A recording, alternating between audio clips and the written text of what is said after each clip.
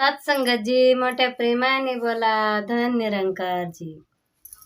सद्गुरु माताचा एक छोटस गीत. बाई आम्ही किती भाग्यशाली ग, आम्हा भेटली गुरु मावली. आम्ही किती भाग्यशाली ग, आम्हा भेटली गुरु मावली.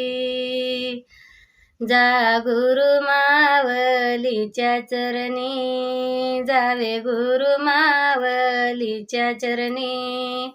इथं सुखाची नाही कमी, इथं सुखाची नाही कमी.